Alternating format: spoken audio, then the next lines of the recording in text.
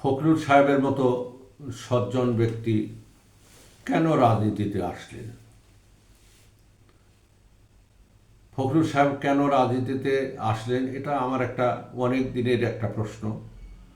তিনি অত্যন্ত উঁচু বংশের মানুষ, ভালো চাকরি করতেন। ঢাকা কলেজের মতো কলেজে অর্থনীতি বিভাগে তিনি চাকরি করতেন। আর সবচেয়ে বড় কথা, পৃথিবীতে সবচেয়ে সম্মানের চাকরি হচ্ছে শিক্ষকতা। আর সেই চাকরি ছেড়ে একটা রাজনৈতিক দলে কেন আসলেন, যেখানে তার নিজের মতো করে, তার মনের মতো করে কথা বলার সাহস নেই? ওনাকে মাইকের সংজ্ঞা হিসেবে নিজেকে থাকতে হয়।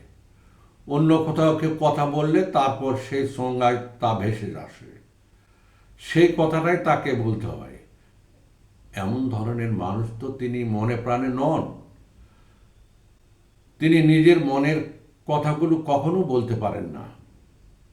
তাহলে কিসের আশায়, কিসের নেশায় এই অসুস্থ ব্যক্তিটি অন্য একটি ব্যক্তির সংজ্ঞায় পরিণত হবেন?